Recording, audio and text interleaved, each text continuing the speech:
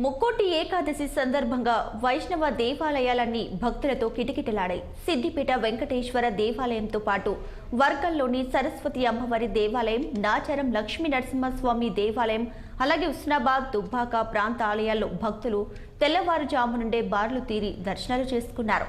జిల్లాలో ముక్కోటి ఏకాదశి వేడుకలపై మరింత సమాచారాన్ని మా ప్రతినిధి స్వామి అందిస్తారు. వెంకటేశ్వర ఆలయంలో ఉన్నాం. ఈరోజు ఈ యొక్క విశిష్టత గురించి, ఈ ముక్కోటి ఏకాదశి సందర్భంగా భక్తులు ఎట్లాంటి పూజలు చేయాలి అనే అంశాన్ని ఒకసారి మన పంతులు గారు అడిగి తెలుసుకుందాం. సార్ చెప్పండి, ఈ రోజు ఒక ప్రత్యేకత ఏముంది? జయ శ్రీమన్నారాయణ.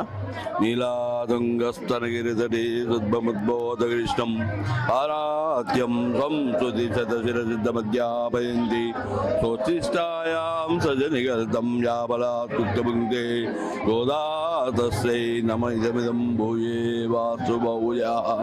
ప్రియ భగవద్బంధువులారా, ఆషాఢ శుద్ధ ఏకాదశి నాడు స్వామి నిద్రలో చేరుతారు. ఇప్పుడు కార్తీక శుద్ధ మార్గశిర శుద్ధ ఏకాదశి నాడు నిద్ర నుంచి తేలుకుంటారు. దీన్నే ముక్కోటి ఏకాదశి, వైకుంఠ ఏకాదశి అంటారు. ఇది ముక్కోటి దేవతలు దర్శనానికి వచ్చారు కాబట్టి ముక్కోటి దేవతలు దర్శనానికి వచ్చడానికి ముక్కోటి ఏకాదశి అని పర్వదినంగా పిలుస్తారు. ఈ ఏకాదశి నాడు ఉదయాత్పూర్వమే ప్రాతకాలమనే దైవ దర్శనం చేసుకుంటే అన్నీ కూడా సుఖంగా కలుగుతాయని చెప్పి మా భక్తుల యొక్క గాఢ విశ్వాస నమ్మకం. అలాగే భక్తులు బాగా ఉండడం వలన కొద్దిగా లేట్ అయి మెల్లగా వస్తుంటారు. అందరికీ అనారోగ్య కారణాలు కొందరికి ఉంటాయి కనుక, పరిస్థితులు కనుక మెల్లగా వస్తుంటారు. ఈ ముక్కోటి ఏకాదశి నాడు చేసుకున్న దర్శనాన్ని చేసుకుంటే సర్వరోగ నివారణ, ఆయురాగ్యాలు కలుగుతాయి. భక్తులు అధిక సంఖ్యలో ఇచ్చేసి మా స్వామివారిని విశేషంగా అలంకరణను చూసి సేవించుకొని అనేక సంఖ్యలో. గారు ఈరోజు మొత్తం ఉదయం నుంచి మొదలు పెడితే సాయంత్రం దాకా ఎంతమంది దర్శనం చేసుకుంటారు? ఎట్లాంటి సదుపాయాలు చేసారు ఇక్కడ? ముక్కోటి ఏకాదశి సందర్భంగా దేవాలయములు ఉదయమైన ప్రాతకాలమునే 4 గంటలకే ఆరాధన, సేవాకాలము, ఆరింపు, తీర్థప్రసాదము. 4:30కే సేవ బయటికి ముక్కోటి వైకుంఠ ఏకాదశి సందర్భంగా సేవ బయటికి పోయి మన కోర్టు ద్వారా, గాంధీ చౌక్ ద్వారా ఆర్డీఓ ఆఫీస్ ఎదురుగా నుండి ధ్యాన మందిరం అని పక్కకు ఉన్న ధ్యాన మందిరం ఇచ్చేస్తారు. ఆ విశేష సేవలను దర్శించుకొని మా సన్నిధిలో, స్వామివారి సన్నిధిలో విశేషమైన అలంకారాలు ఉంటాయి కాబట్టి స్వామివారి దర్శించుకొని భోగభాగ్యాలు, సుఖభోగాలు అనిపిస్తారు.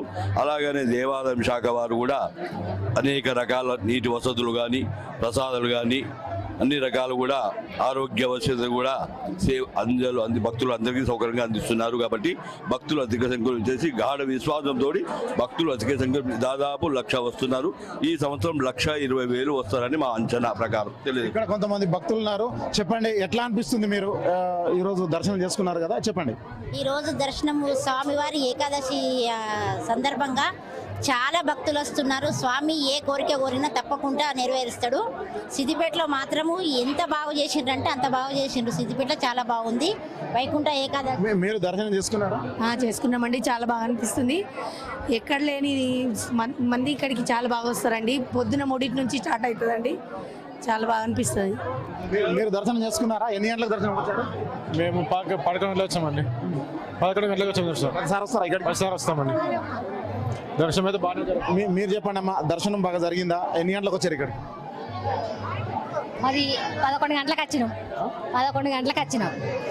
అవుతుంది, మంది బాగున్నారు కదా. సిద్దిపేట వెంకటేశ్వర ఆలయంలో ఉన్నాము. ఉదయం నుంచి కూడా భక్తులు 3 గంటల నుంచి కూడా సాయంత్రం 8 గంటల వరకు కూడా వచ్చే అవకాశం ఉంది. సుమారుగా 1,20,000 పైగా జనాలు వచ్చే అవకాశం ఉందని చెప్పేసి అధికారులు చెప్తా ఉన్నారు. ఇక్కడైతే పూర్తి స్థాయిలో అధికారులు ఏర్పాట్లు చేశారు. ఇటు పోలీసులు కూడా బందోబస్తు పూర్తి స్థాయిలో చేశారని చెప్పుకోవచ్చు.